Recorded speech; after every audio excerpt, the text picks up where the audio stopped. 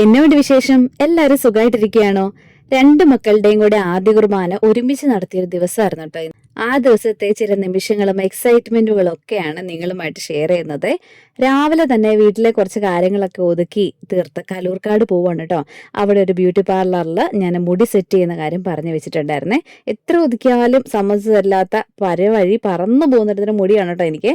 അപ്പം ഇതാണ് Chris beauty പാർലറിന്റെ ഉടമസ്ഥ കേട്ടോ, എബി ചേച്ചി. ചേച്ചിയെ കാണുമ്പോൾ തന്നെ ഒരു പോസിറ്റീവ് എനർജിയാണ്. ചേച്ചിയായിട്ട് നേരത്തെ എല്ലാം പറഞ്ഞു വെച്ചിരുന്നത്. അപ്പോൾ എൻ്റെയും മോളുടെയും മുടി ഇവിടുന്ന് സെറ്റ് ചെയ്തിട്ട് അങ്ങ് പോകാമെന്ന് വിചാരിക്കുകയാണേ. എല്ലാ കാര്യങ്ങളും ഒരാളോട് ചോദിച്ച് ചെയ്യുമ്പോൾ നമുക്കൊരു സമാധാനം ഉണ്ടല്ലോ. ആ ഒരു സമാധാനമാണ് കേട്ടോ ഇവിടെ ചേച്ചിയെ കാണുമ്പോഴേ. അപ്പം ചേച്ചിയും നല്ല ബിസി ആയിരുന്നു ഇന്ന്. അങ്ങനെ വളരെ ഷെഡ്യൂൾഡ് ആയിട്ടുള്ള ഒരു ലൈഫാണ് ചേച്ചിയുടേത്. ഞാൻ കഴിഞ്ഞ് അടുത്ത ആളുണ്ട്, അങ്ങനെയൊക്കെ പോകുന്നു കേട്ടോ. അപ്പം അങ്ങനെ ഹാപ്പി നേരെ വീട്ടിലേക്ക് പോരുകയാണ്. ഇടയ്ക്ക് വീട്ടിൽ നിന്ന് വിളി വന്നായിരുന്നു. വീട്ടിൽ എൻ്റെ ഫാമിലിയൊക്കെ ഓൾറെഡി എത്തിക്കഴിഞ്ഞു. കുറച്ച് ലേറ്റാണ് ഞാൻ. അപ്പം ബ്രേക്ക്ഫാസ്റ്റൊക്കെ പുറത്തുനിന്ന് വാങ്ങിക്കാൻ കുറച്ച് കാര്യങ്ങൾ ഞങ്ങൾ തന്നെ വീട്ടിലുണ്ടാക്കുകയും ചെയ്തു. അങ്ങനെ ഫുഡൊക്കെ റെഡിയായി ഒരു ബ്രേക്ക്ഫാസ്റ്റ് കഴിച്ചോളാൻ പറഞ്ഞു. അങ്ങനെ വീട്ടിൽ വന്നപ്പോഴത്തേക്കും മോനൊക്കെ റെഡിയായി മിടുക്കനായിട്ട് മുറ്റത്ത് തന്നെ ഞങ്ങളെ കാത്തു നിൽപ്പുണ്ട്. ഞങ്ങൾ ബ്രേക്ക്ഫാസ്റ്റ് കഴിക്കുന്ന സമയം കൊണ്ട് ഇവിടെ ചെറിയൊരു ഫോട്ടോഷൂട്ടൊക്കെ നടക്കുകയാണ് കേട്ടോ. ഓരോ ഫാമിലിയുടെ കൂടെ വന്ന് മക്കൾ ഇങ്ങനെ ഫോട്ടോ എടുത്തു. അവർ സെപ്പറേറ്റ് ആയിട്ട് ഫോട്ടോ ഒക്കെ എടുത്തേ. അപ്പം അതിനുശേഷം വെള്ളിച്ചാച്ചൻ അവർക്കൊരു ഗിഫ്റ്റ് കൊടുത്തു കേട്ടോ. അനുദിന വിശുദ്ധൻ്റെ ഒരു പുസ്തകമാണ്.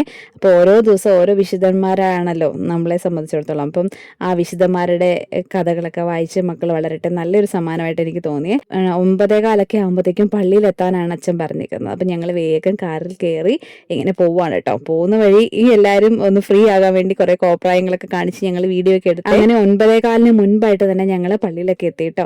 അവിടെ കുട്ടികളെ ഏൽപ്പിക്കണമെന്നാണ് പറഞ്ഞേക്കുന്നത് ഈ ഒരു സമയത്ത്. പക്ഷെ ഞങ്ങൾ തിരിച്ചു പോകുന്നില്ല, കാരണം എല്ലാവരും പള്ളിയിലേക്കാണ് അധികവും വരുന്നത്. അപ്പം വെയിറ്റ് ചെയ്യാം, പോയിട്ട് വരാനും അധികം സമയമൊന്നുമില്ല, അങ്ങനെയൊക്കെ ഇരിക്കുകയാണ്. അപ്പോൾ പള്ളിയിലേക്ക് ഞങ്ങളിങ്ങനെ പ്രദക്ഷിണമായിട്ടാണ് പോയത്.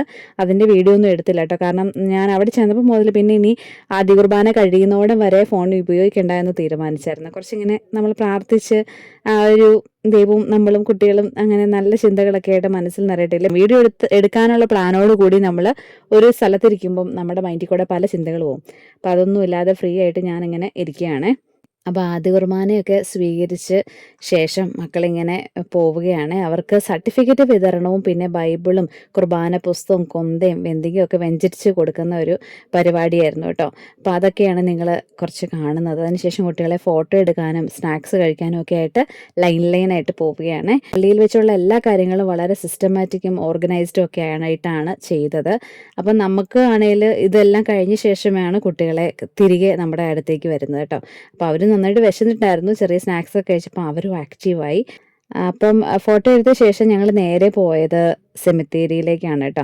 അപ്പോൾ അവിടെ ഉണ്ടായിരുന്ന ഞങ്ങളുടെ പൂർവികരെയൊക്കെ ആലോചിച്ച് പ്രാർത്ഥിച്ച് അവരോട് നന്ദിയൊക്കെ പറഞ്ഞ ശേഷം ഞങ്ങൾ 12 മണിയിലേക്ക് ഹോളിലേക്ക് എത്തി കേട്ടോ. അപ്പം ഞങ്ങൾ വന്നത് കറക്റ്റ് ടൈമിലായിരുന്നു. ഏകദേശം ഇനി കുറേ കൂടെ ഗസ്റ്റൊക്കെ വരാനുണ്ട്. അപ്പോൾ അതുകൊണ്ട് സ്റ്റേജിലെ കാര്യങ്ങളൊക്കെ ഒന്നുകൂടെ ഒന്ന് നോക്കാനും പ്ലാൻ ചെയ്യാനും ഒക്കെ സമയം കിട്ടി.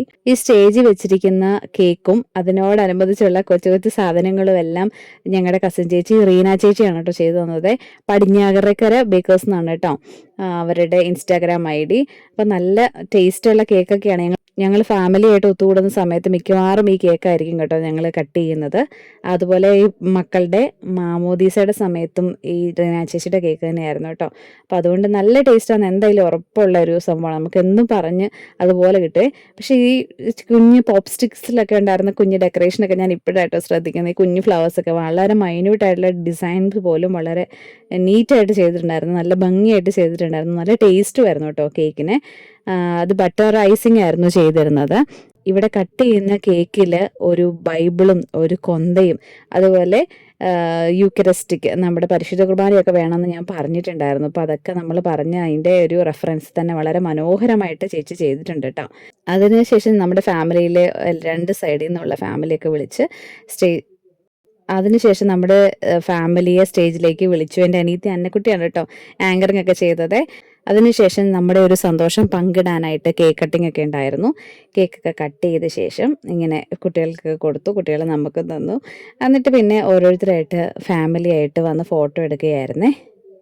ഓരോരോ ഗിഫ്റ്റുകളൊക്കെ വരുന്നു, മക്കൾ ഹാപ്പി ആവുന്നു. ഇങ്ങനെ കുറേ കാര്യങ്ങൾ മനസ്സിൽ കൂടെ എല്ലാം നമ്മൾ വിളിച്ച് നമ്മുടെ പ്രിയപ്പെട്ടവരെല്ലാവരും കൂടെ ഒത്തുചേരുന്ന ഒരു സമയമുണ്ട്. നമ്മൾ ഭയങ്കര ഹാപ്പി ആയിരുന്നു കേട്ടോ ആ ഒരു സമയത്ത്.